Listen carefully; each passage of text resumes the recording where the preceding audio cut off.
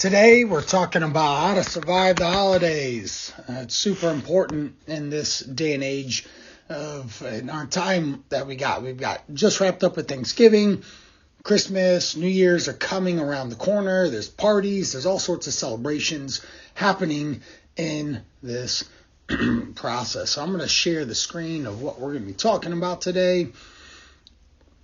Now, I'm a huge fan of engagement, so please engage, share, comment. I would love to talk and engage with you further on any of the topics that we will be going over today on health, wellness, nutrition, making good choices. So I'm Coach Brian. I'm 40, about to turn 41 here, right after Christmas is my birthday. I've been doing health, nutrition, fitness coaching for the last 20 years. So I've had thousands of engagements with people, young, old, healthy, sick, chronically ill, people who know a lot about this stuff and no clue. My job is to come in and help figure out what are the best, easiest ways for them to take action on and implement. And that's what I do. And I have 4 kids. As I said, I'm 44 kids. And it's super busy for us during holidays with, of course, after school activities. But on top of that, we've got a lot of Christmas concerts and such that are occupying our week as well. And friend get-togethers, not only just for like my wife and I, but also our kids. They're having get-togethers too. So there are going to be a lot of events that we end up getting invited to. So let's jump in. Holiday Health Guide.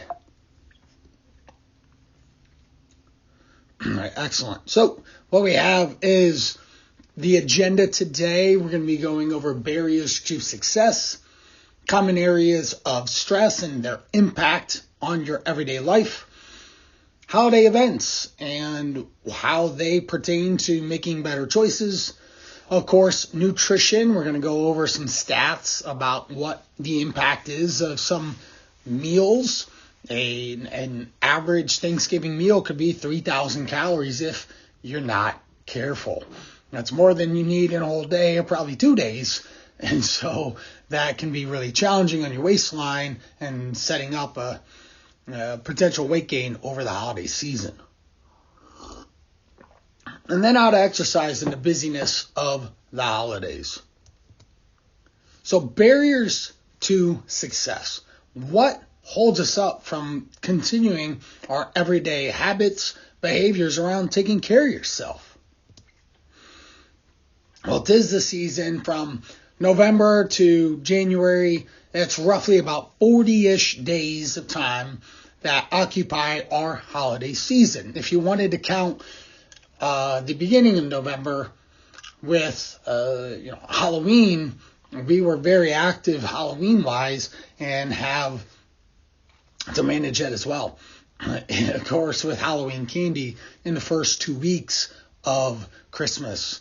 In the first 2 weeks in November, and how my kids just want to eat all sorts of candy. We definitely had to shut that down pretty quick because we did a lot of trick-or-treating, and there was lots of pieces of candy in the house.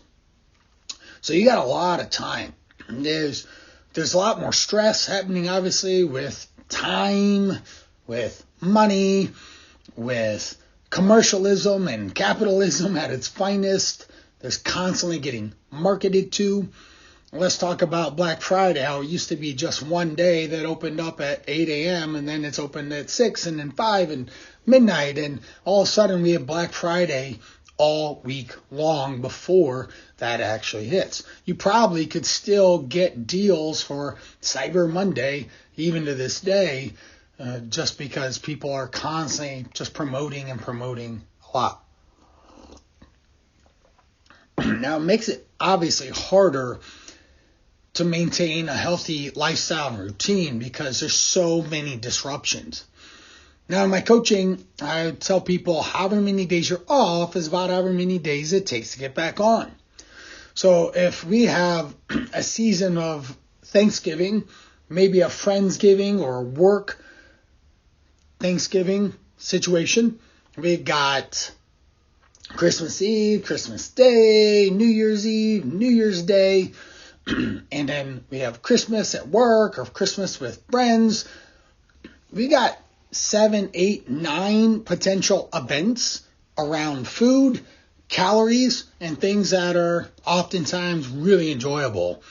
This could throw you off.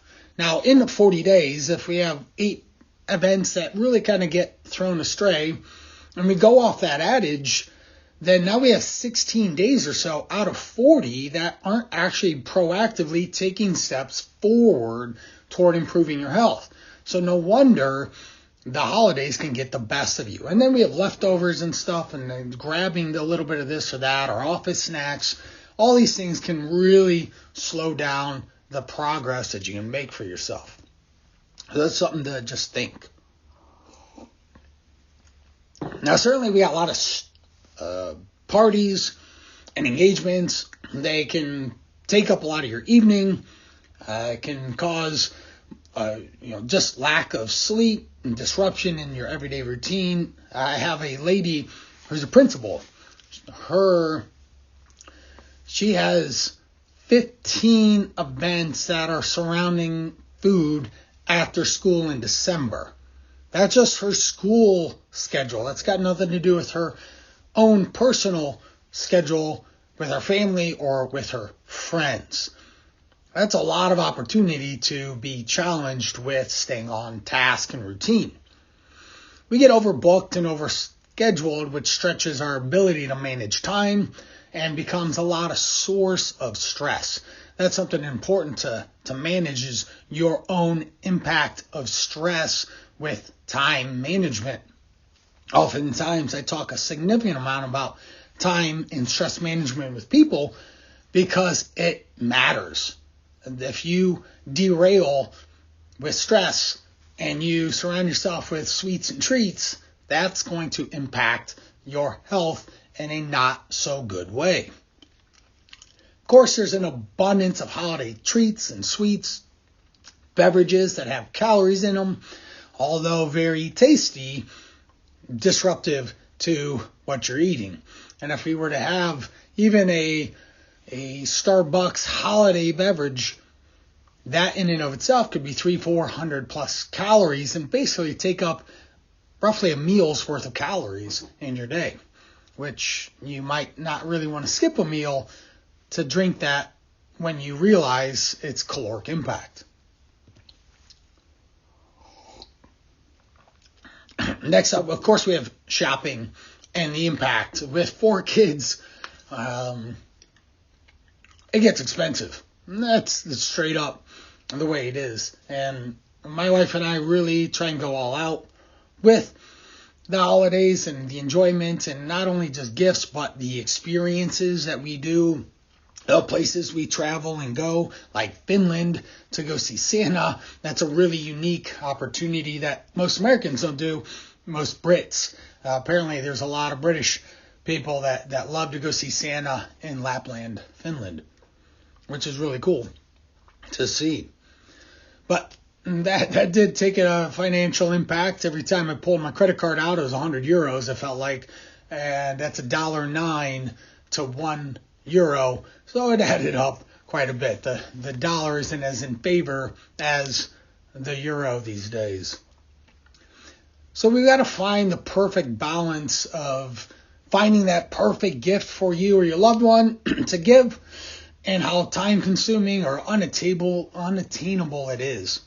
My wife is not a gift-giving person. That's not her love language, which I like to give gifts. It can be a challenge on how I give gifts and how she receives them. I've certainly felt that impact of like spending time and energy trying to think of that perfect gift, and it ultimately doesn't land well, even though I spent lots of effort and energy to do so. So you got to be careful of that too. Now, my wife's love language is travel. I know that, and we travel quite a bit. But it's time consuming, and it can be stressful in and of itself. Taking 6 people to Finland, and we had 3 airports on the way out, but we had 5 on the way back. That in itself is really time consuming, going through customs and juggling, getting on flights on time, and it's costly. It's just if you were to buy anything at the airport for us, even if we just got quote sandwiches at the Hudson News, that could cost $50 pretty quick for a basic sandwich. I think we got Subway on the way out of Detroit. It was $70 for subs for all 6 of us. So holy moly, what are we doing here? Of course, inclement weather, other delays that are unexpected can really exacerbate the process of traveling. So that's something to know. Whether you're flying or driving to go see family, those impact you as well in the holidays. Family time. It's certainly your own time gets swallowed up. Spending time with others could be a really enjoyable thing, or it could be something that weighs on you. Totally up to you, and something important for you to know and understand in this process. So if Jay is a perfect example of a client. Jay is an introvert. I figured this out pretty quick, and he was going to family events and just going hardcore all in for the weekend. It left Monday to be a wash because he didn't take adequate time for himself to stop and rest and take breaks that would be pertinent for him to time out, recoup, recover, and be able to engage better. So other responsibilities, so real quick on that is just know yourself. If you need more time, take 10, 15-minute breaks more periodically when people are around so that you have sanity for yourself throughout that process, and then when you get back, when everyone leaves and you're back to your normal everyday routine. Now, cooking, entertaining, planning for arrival and departure times, those are all other responsibilities you have to juggle in your schedule that you might not want to and realize that you have to anyways. And of course, hosting people costs money. So chat time, would love to see in the chat box, what barriers are you most concerned about this holiday season? Excuse me.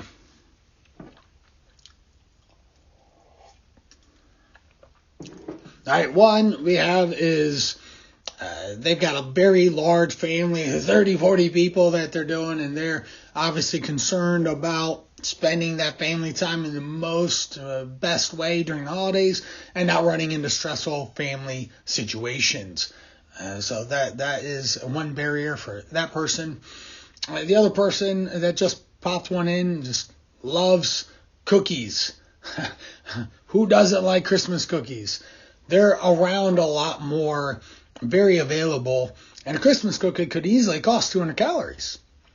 It's something you have to very much pay attention to and not get thrown off by the caloric cost of a cookie that you just grabbed a bit Santa's head off and then finished with his arms and legs. So that is something that we would definitely be conscious. So nutrition, spending time with family, and then the last, we got one more here. Another barrier is just literally lack of time because their social calendar is so jammed. They really are not being able to spend time in the gym, and that's something that's important to them, which I understand. I love being in the gym, working out, and carving out that time is difficult if you literally just have things to do. In that situation, we always know that there are seasons to your life. There are seasons in which that you might need to spend more time focused on something like family or being social as opposed to working out a bunch. You can do a lot more of that in other times. So you just have to be diligent about not overeating those Christmas cookies. All right, great. We're going to move on. Common areas of stress for people in this. So we've gone over a lot of these. Just quickly review. Lack of time, expensive bills, credit cards start to climb. There's too many events on the calendar. That's hard to juggle that. There's treats everywhere.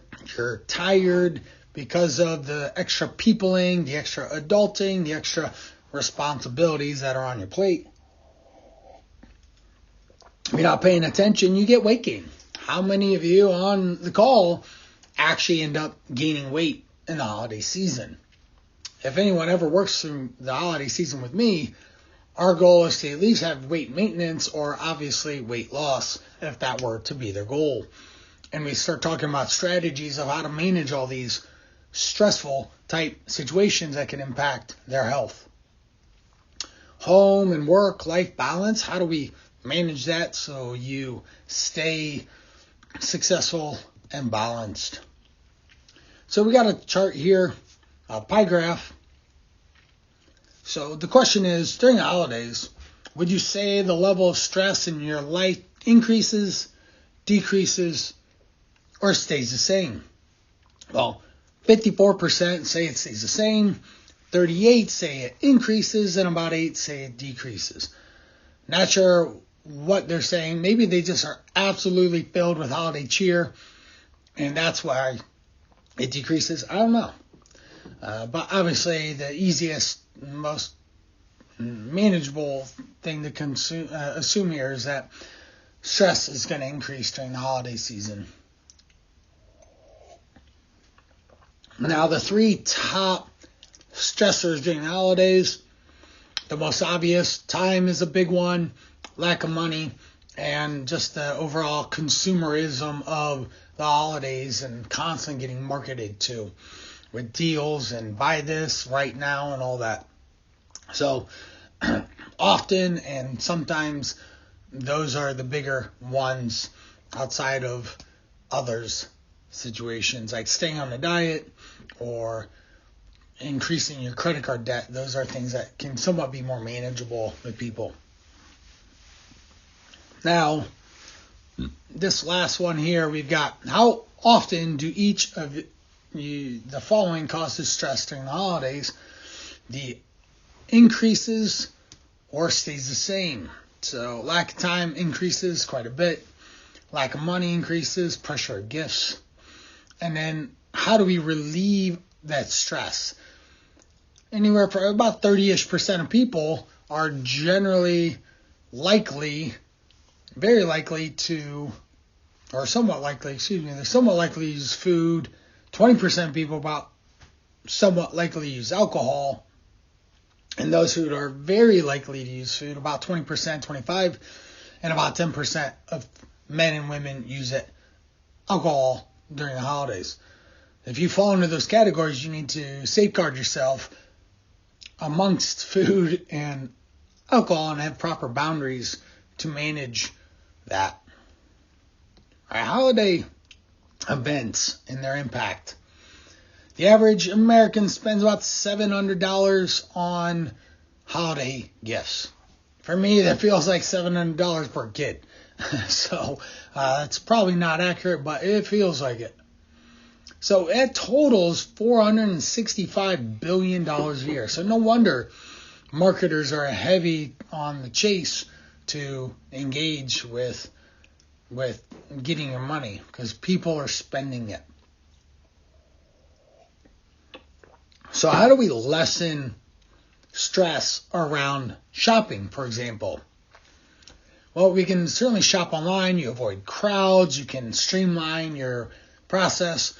Target right now is having a BOGO sale. Buy one, get one 50% off, or especially around like kids' toys and such. I know this because I was there the other day. So I can order that online, and I can even have it delivered to my home, which just saves me time being in the store and driving there and back. So I can just get it delivered, wrap it, and be done with it. We pick a day in the middle of the week to go to the store. In the middle of the day would be ideal. Obviously, the weekends are going to be the biggest challenge for just getting out and about in those public areas. Our main drag where is called Montrose, and that you get gridlocked during key times throughout the holidays, especially like after work or midday on the weekend. It's bananas. You just stay away from that place. And you're always looking for going behind stores and in back drives and whatnot to avoid the excessive traffic.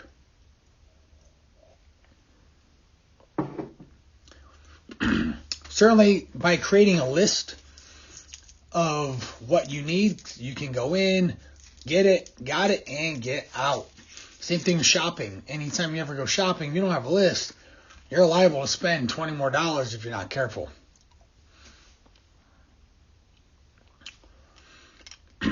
Now, one cool thing that we can do is start smart shopping is instead of buying more gifts, we can look at donating, we can look at giving time, look at giving experiences. As my kids were growing up, a very cool experience that we constantly were asking our family members for was get the zoo pass for us, get the museum pass, get things that we can do at other times of the year and not just get another toy.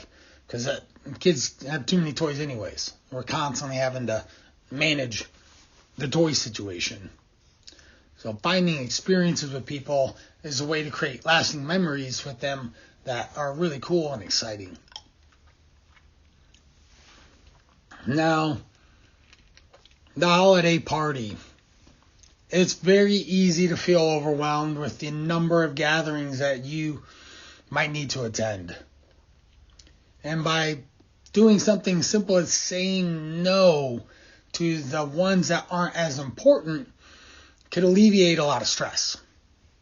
And you're like, Brian, why would you say no to people during the holidays? Well, there's lots of reasons. You might not just like being in the situation, or it might not have a lot of value for you to be in that situation. You have to assess those, and you don't have to just go to every single thing. Important, if you do choose to go to all the events, you can limit your time. You don't have to stay for 4 or 5 hours to be the last ones out the door. You can go for 2 hours, go an hour after it starts, and leave an hour before it ends. Then you hit the sweet spot where most people are going to be there. You can go in, hit it, and then quit it. And then, of course, if we can stretch the holiday season out, that's way more fun to celebrate a friend's Christmas in January. So we can definitely schedule things after December to encourage you to be more excited about the planning and the timing around all that. Now, manage your schedule on days with events. Obviously, we don't want to just go in with a very stacked day on that became very stressful of having heavy work, heavy other obligations, and then a party that leads late at night. Your battery will run out. So mindfulness breaks. I talked about this was just understanding if you were more of an introvert type energy and you needed time to yourself. You really want to be mindful and make sure that you have a positive energy going into every day. So you can do simple things like meditate or deeper breathing, or we can journal, we can listen to calming music, a lot of different things we can do to help manage overwhelm or stress that builds up. Because if it builds up, we might have an outburst that's not good and can cause more stress and more problems in those situations. To help with frustration of waiting in long lines, you can have just a simple awareness around your breath, around looking around and people watching. You could just enjoy the holiday decorations. Ideally, we don't spend too much on our phone in those situations. Phone can be an outlet, but that in and of itself can cause more stress, staring at screens or other situation. Now, having empathetic dialogue with yourself, with family members, focusing on being kind, being generous, being supported through the holidays is incredibly important for you to just open yourself up. That in and of itself, you'll feel a lot better about the engagements that you have with the people that are closest to you. Of course, we want to avoid touchy subjects when around others. The two obvious ones are, government, politics, and religion. If we could avoid those, generally makes it a lot easier. And then understand when conversations are wrapping up and you can exit from them. You don't have to get them to last longer. Also, another way to continue to make conversations engaging is purposely putting things out into the conversation that stir excitement, stir questions, and a much better positive energy. So saying things about really exciting things about what you've been up to, or asking questions about other people. Those are all good ways to engage with people because people want to talk about themselves. All right. The mindset. So it's super important during the holidays to make sure you focus a little bit on yourself. But Brian, the season's about giving to others. Well, you got to give to yourself first to be able to give more to others. We say that a lot in today's self-care movement, in a sense. Give to yourself so you can give to others. And focusing on what's going well, what brings you joy, what brings fond memories, how do I purposely try and create better memories is a great mindset to go in to, and not just be a humdrum on the couch and just sit there and just not participate. That's not enjoyable. Focus on the big picture. What is truly important? Being with people. Other aspects of just being kind, giving. That's the spirit of Santa and Christmas, is giving to others so that they too can feel loved and cared for. Now, we certainly can take time to ourselves in this situation. So things that you need to do, want to mark that down. If you can create a list, then you can prioritize what's important. So, of course, exercising, getting a haircut, personal time, you maybe get a massage during the crazy business, shopping, because you're lugging around all these gifts and wrapping in weird positions. You can create a list for others, what you need to do around gifts, around maybe cooking preparation or food or grocery shopping or anything that's going to involve more time. Certainly my wife and I need to allocate time to go shop for our kids for their Christmas. And then I will be wrapping as much as we get them. In our house, Santa wraps everything. And everything is from Santa. Now my daughter, she's 8 now, and she's adorable, but she says, "Papa, why don't you get us gifts?" Only Santa gets us gifts. This year, you can get us gifts too. That's what she'll say to my wife and I. Find it pretty funny. Obviously, knowing what happens behind the scenes.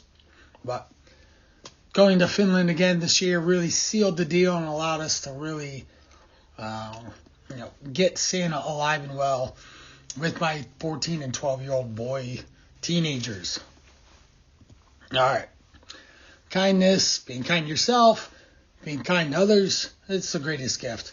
Smiling, complimenting people, receiving compliments, striking up fun, positive conversations with someone, all great things to stay on track. Be realistic. You have to schedule appropriately. You need to be flexible. You can't compare this holiday to the last one. This is a unique situation. As our kids age, it continues to evolve into how do we basically get a bunch of electronics for kids and not spend hundreds of dollars each kid as well. As our families grow or your family grows, there are different people that start to come into the family dynamics that have different traditions and rituals and routines as well. So we want to honor those and allow them to come in.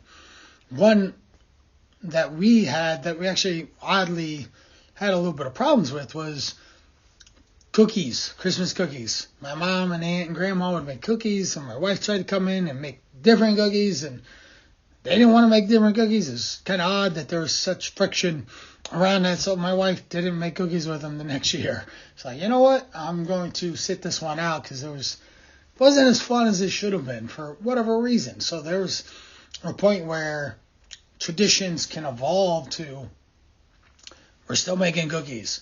We can just make a different kind alongside all the others, cutouts and snowballs and tea cakes and whatever else that was always made.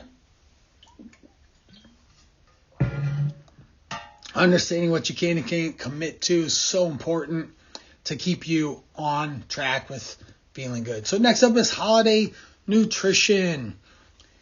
Alcohol or even high-calorie beverages are going to be prevalent. Starbucks has their good old holiday beverages, oftentimes 400 plus calories. Alcohol can contain anywhere from 120, 100 to 300 plus calories if you're not careful, depending on quantity. I like Christmas ales. They taste really good, flavorful, and those two can have 250 or more in a can if you're not careful. Now, usually it's alcohol in combination with higher calorie eating that can get you in foods that can get you in trouble. So that's important to know and understand, of just not eating and overindulging, coinciding with drinking alcohol. All right, here we go.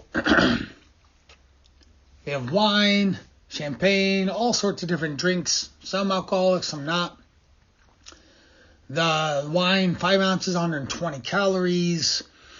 You've got a pumpkin spice latte at 16 ounces is $4.10. Peppermint mocha, $4.70. I love eggnog, something I got to pay attention to, but 1 cup serving is 210 calories. So I don't want to drink too much of that when I do, because 2 cups of that, and now it's all of a sudden I'm eating closer to a meal's worth of calories. That's not a good idea all of a sudden. All right, ways to reduce beverages, calories in beverages.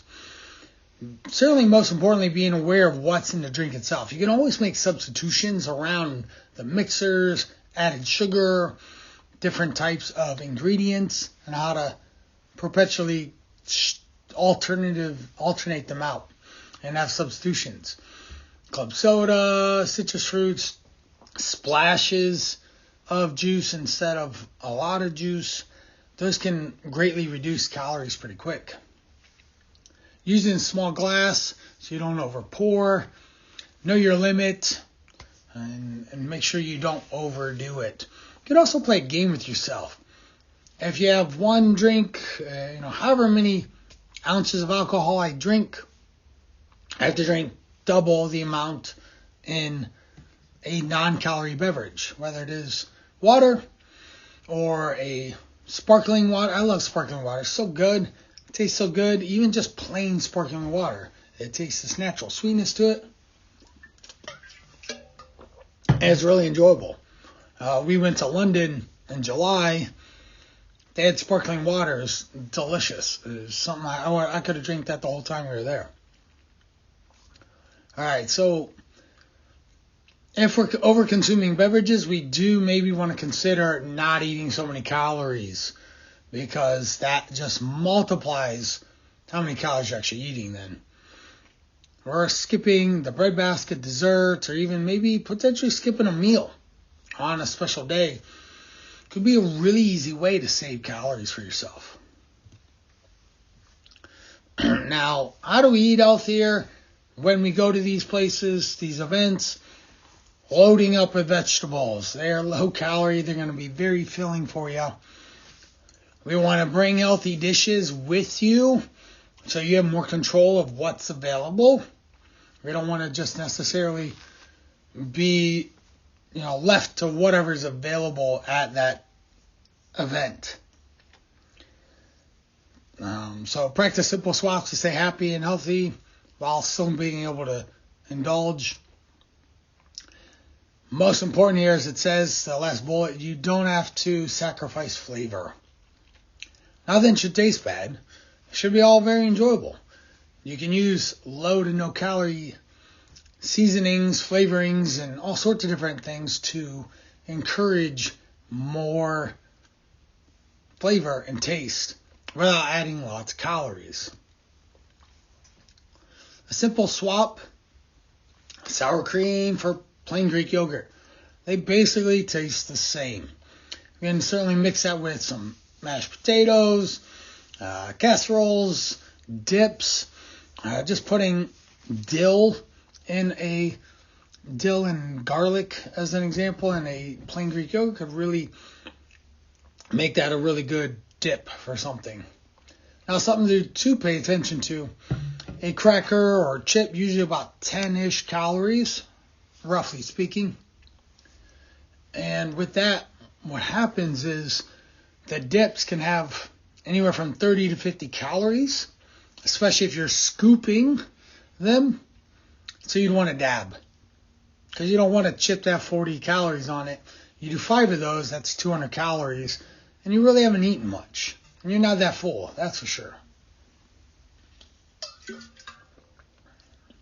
Having 5 of anything feels like an appetizer, and you're ready for the next thing.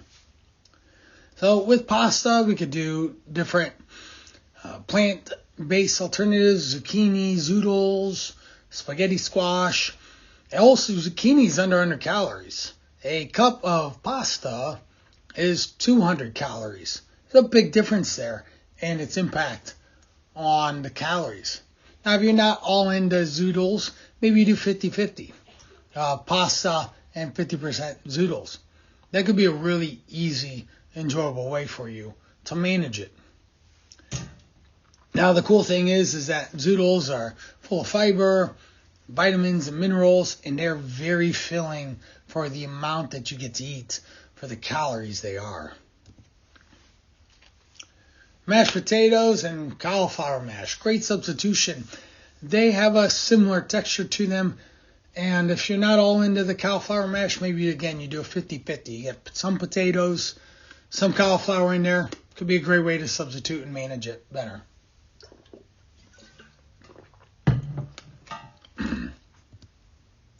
Pies and fruit. Certainly we don't need to open up a can of apple pie filling. It's a bunch of goo with a couple pieces of apple. That's going to add a lot of calories rather than slicing up apples, throwing some cinnamon on them, and baking them. So with pies and stuff, we can look for baking or grilling or roasting vegetables that enhance and liven them up in a really enjoyable way. Having a lot of crust, so going from an apple pie to an apple crisp could be a way to cut calories out and make it easier as well. As long as the crisp isn't too heavy in calories or sugar or butter to bind the, say, grains or granola. Other ways to swap out the crust of her almond butter, rolled oats, or pie slices and such. Those are good ways to do it. And avoid sprinkling sugar on your fruit. It's already naturally sweet enough. Now we have green beans and casserole. It's not the green beans that are the problem here. Green beans, a can of green beans, about 70 calories. Not that big of a deal. Where the cream of mushroom or whatever you use, the crunchy onion things on top, that's where it multiplies the calories. We want to be careful and conscious not to overdo that. A good swap for that could be roasted Brussels sprouts. I absolutely love roasted Brussels sprouts. I didn't realize until I was 33. They never were prepared that way, and as soon as they were, I couldn't have enough. I could have those every single day. All right, we've got the cool things with green beans themselves, tons of fiber. Brussels sprouts, tons of fiber. Fiber being a good filling agent to keep you full on lower calories. You can also incorporate green beans into all sorts of dishes, sauteing them in lemon, maybe olive oil or just water. Water sauteing is the bee's knees on creating saute without a lot of extra calories in them. Sweet potato casserole. So marshmallows and sugary toppings are things that we'd want to manage and avoid. Maybe we could just drizzle toppings on it, and that would help. And different concoctions, combinations of toppings you could totally find online. Like, what's our alternative sweet potato casserole toppings than marshmallows? And you'll be able to find something that could be a little better for you. So, common swaps here. Canned cranberry sauce for homemade. Pesto over gravy. Do note that pesto is fat-based calories, has a lot of extra calories in them, and can be challenging there. We have oven roasted turkey instead of deep fried turkey. As soon as you fry something, you're adding 100, 150 calories per serving usually. It adds up pretty quick. Calorie-based dips to hummus. Hummus is chickpeas and olive oil, so just generally naturally healthier. Hummus and chickpeas have fiber to them as well. But again, if you scoop the hummus, you still get too many calories. Something to pay attention to. We swap out meat and cheese platters for veggies and shrimp. Shrimp is just protein. Something really easy to eat, whereas meat and cheese has a lot of fat in it. We have sugary cocktail mixes for club soda. Is a good way to go about it. And stuffing for other grains, rice type mixes that could be just generally healthier and have more fiber in them. And that's something you'd have to portion control anyways. Now, overeating. The holidays are full of overeating. It's something that we have to manage, especially paying attention to calories in general.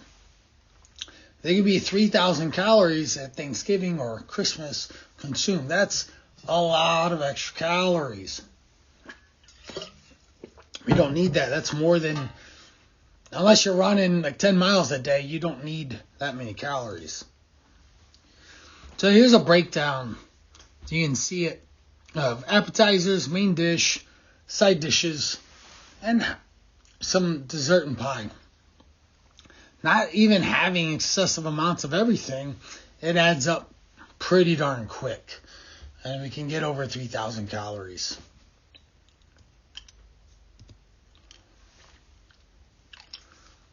Tips to avoid overeating is, well, one, you got to be mentally prepared in advance. Have a game plan going in of what you're going to do.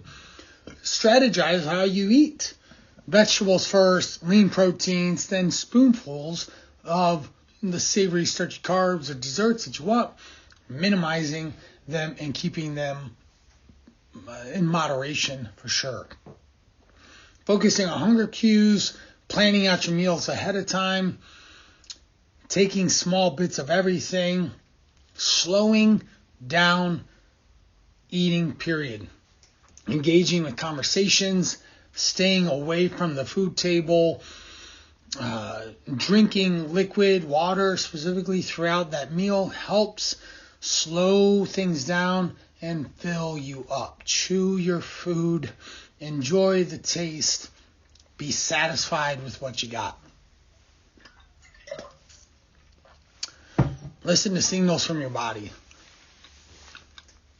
So when you're breathing a little bit deeper, you know it's probably time that you've had a little bit too much.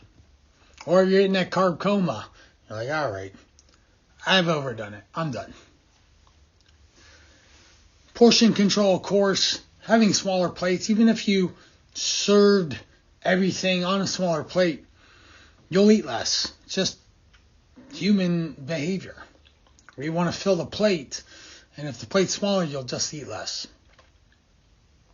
You want to make sure that all the food can be seen on plate. You don't want to bury things or mound them up. That's when calories multiply. But if you can space your food out, fill the plate with small amounts. That could be really easy, not overlapping or piling the food on. Moving platters away from you, right? Distancing yourself and your ability to reach and touch those, super important. Eat your food slowly, as we said. Enjoy the experience and know what typical serving size is. For most people, 3 to 5 ounces of a protein, 2, 3, 4 cups of a vegetable, unless it's green bean casserole, and then roughly a cup or 2 of starch is kind of what the meal needs to look like. And that would be more than sufficient calories and fullness too.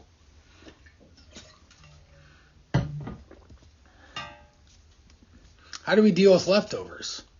So leftovers, of course, we want to make a lot and serve everyone, make sure there's plenty of food. Really give them away, right? Or you could have one more day in the week that you choose to spend. So maybe since it's on Thursday, Thanksgiving is on Thursday, then maybe Saturday is the next day that you end up having the leftovers and you move on. Use turkey and other meat in sandwiches or low-calorie bread sandwiches, but even more importantly, use it for salads, topping it with some vegetables on the side. What we have here is some more examples of serving sizes. Cheese and crackers can be almost 200 calories. Veggies and dips can be 150. The shrimp cocktail, shrimp and stuff, is very low calorie. It's the sauce, a serving of cocktail sauce can be 70. So more than the shrimps themselves sometimes. We see a half cup of champagne, about 80 calories, and a half cup of eggnog, almost 180 calories. So that ends up being a lot. How do we manage exercise? Let's move into the last piece of this conversation today. Managing exercise. Certainly, the time is the issue, so you need to find and make priority of it. You need to find the activity gets planned into your schedule. Maybe this is a great time to take advantage of a Black Friday sale and do something that's different and fun and that could be even more engaging to get to. Planning with other people. When you are with other people, plan time. Instead of just sitting watching football, go out for a walk after the meal. Great way to start burning calories and not fall asleep with everyone around. Trying to sneak in time in the day, whether you're walking on the phone, you take frequently water breaks, you're parking further away from your destinations, stairs, you're stretching, taking walking breaks, all different ways to sneak it in so that you move enough throughout the holidays. And we know that exercise relieves stress. So very important for you to focus on moving to alleviate stress and not just getting overwhelmed with what's happening in your life and every day. So aerobic exercise, getting your breath in, heart rate up, great ways to release endorphins to help manage the stress that you are. The typical recommendations are going to tell you to do 150 minutes per week of moderate level activity or 75 minutes of vigorous activity with 2 strength training days. So, but if we can break it down to 30 minutes a day, you easily can get that throughout the week pretty quick. So, concluding here, we recognize that the holidays are challenges to your normal everyday lifestyle. That it's important to understand stress is impacting every single day, and you have to be very proactive about it to manage it better and not get overwhelmed. Prioritize yourself first over others and make sure that you say no to things that aren't important to you. Small behaviors make a big difference. So managing the conversation, the food swaps, smaller plates, walking breaks, just having a positive mindset can really make things enjoyable. Most importantly, you want to have fun with your family and friends. So I want to thank you for your time today going through the how to survive the holidays. Hopefully you got some really good insights and you can take away and start planning how you're going to be most successful this holiday season. So thank you so much for your time with me today.